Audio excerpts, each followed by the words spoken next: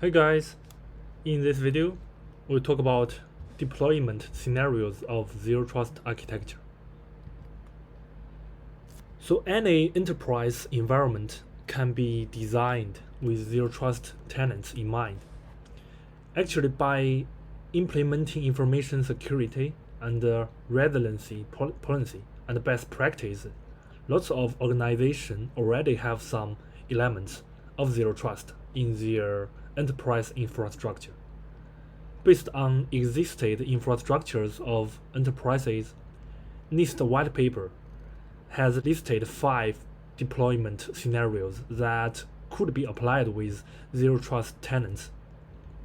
First one, enterprise with satellite facilities, aka remote facilities. Second one is cloud to cloud and multi-cloud environments, as known as multi-cloud, cloud-to-cloud enterprise. The third use case is non-controlled access, as known as enterprise with contracted service and non-employee access. The rest two are collaboration across enterprise boundaries and public-facing service. I'll present them one by one. The modern organization must support remote devices. These devices might belong to individual users or satellite facilities. This involves the first use case, remote facilities. This case is also the most common scenario that needs Zero Trust. It involves an enterprise with a single headquarters and one or more geographically dispersed locations that are not joined by enterprise-owned physical network connection. Like example, here, employee may be working from home via teleworking or in a remote location. They might be using enterprise-owned device or they might be using personal-owned devices. In such cases, an enterprise may wish to grant access to some resource, but deny access or restrict actions to more sensitive resources, like HR database. In this use case, the policy engine and the policy administrator are often hosted as a cloud service with access having an installed agent. By this way, it would not require remote worker to rely on enterprise infrastructure to access cloud resources.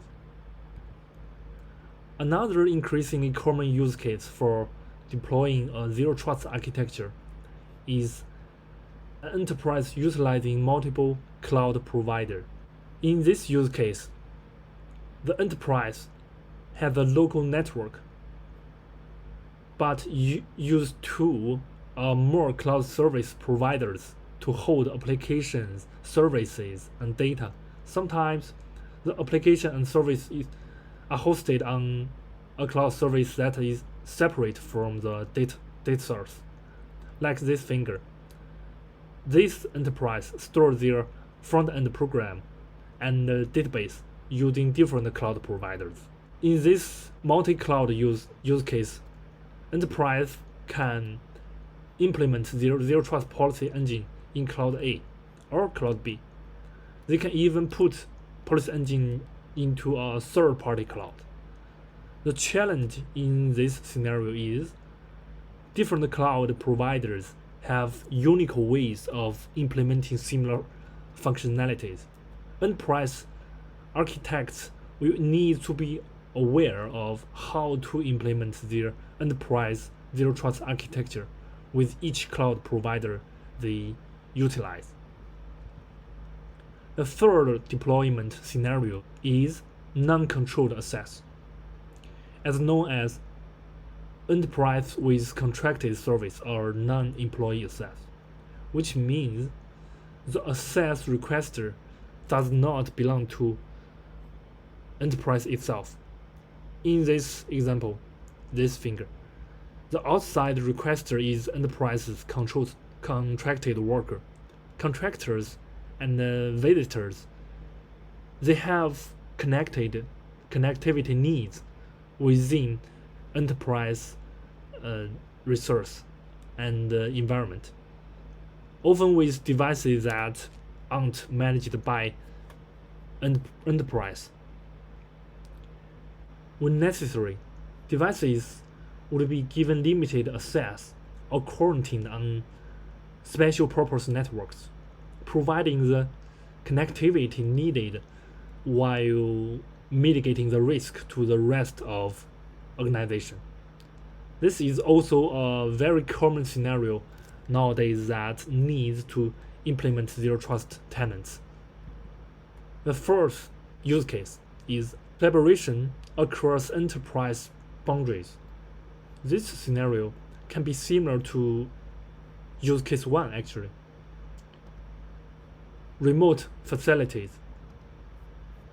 As employee of both enterprise may not to be located on their organization's network infrastructure, and the resource they need to access may be within one enterprise environment or hosted in the cloud. For example, in this figure, there is a project involving employee from enterprise A and enterprise B. Let's assume A is a federal agency and B is a private enterprise. A operates the database used for the project, but must allow access to the data for certain member of enterprise B. Agency A can set up specialized accounts for employee of enterprise B to access the required data and deny to the all other resource. But this can quickly become difficult to manage. So what they can do may be having both organizations enrolled in one ID management system that would allow quicker establishment of these relationship. This definitely is a common use case that needs zero trust. The last possible scenario is public-facing service, which is including enterprise that have public service or customer-facing service. Public-facing service may or may not include user registration. Such service could be for the general public, a set of customers with an existing business relationship, or a special set of non-enterprise users, such as employee dependents.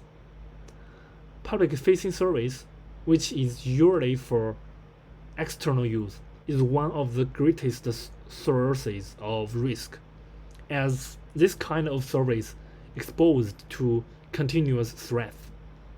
Threat actors often seek to obtain credentials of valid users for access to the system and data.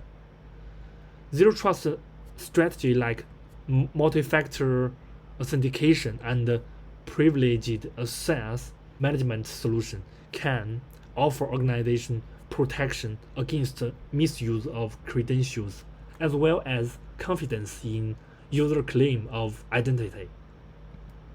So these are 5 deployment scenarios or use case for zero trust architecture. These models provide ideas about deploying zero trust architecture in modern organizations, but they are templates rather than clear blueprints. Real-world organizations are more complex, and they will need to mix and match this model in a manner that align with their own business activity and strategies. Organizations also need to consider ongoing management and operational effectiveness of their security control, regardless of their architecture. So that's all the content for zero trust deployment scenarios. Thanks for watching. See you in the next one.